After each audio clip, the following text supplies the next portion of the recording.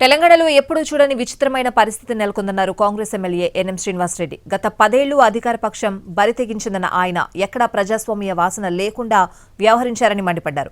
ధర్నాలు, నిరసనలు తెలియజేసేందుకు ప్రయత్నిస్తే మీదపడి హౌస్ అరెస్టులు చేశారని విమర్శించారు.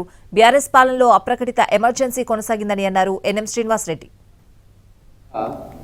బరితెగించిన అధికార పక్షాన్ని మనం చూసినాం. ఎక్కడ కూడా ప్రజాస్వామ్య వాసన లేకుండా, ఎక్కడ కూడా ధర్నాలు కానీ నిరసనలు కానీ ఉంటే మీదబడి హౌస్ అరెస్టులు చేయడము, జైళ్లకు పంపించడము, ధర్నా చౌక్ను రద్దు చేయడము,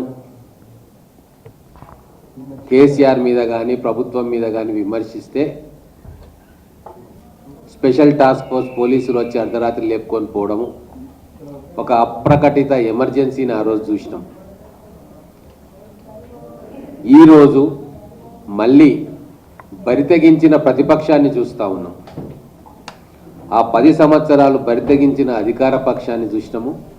ఇప్పుడు అవే మూకలు బరితెగించి ప్రతిపక్ష పాత్రలో మళ్ళీ తెలంగాణకు నష్టం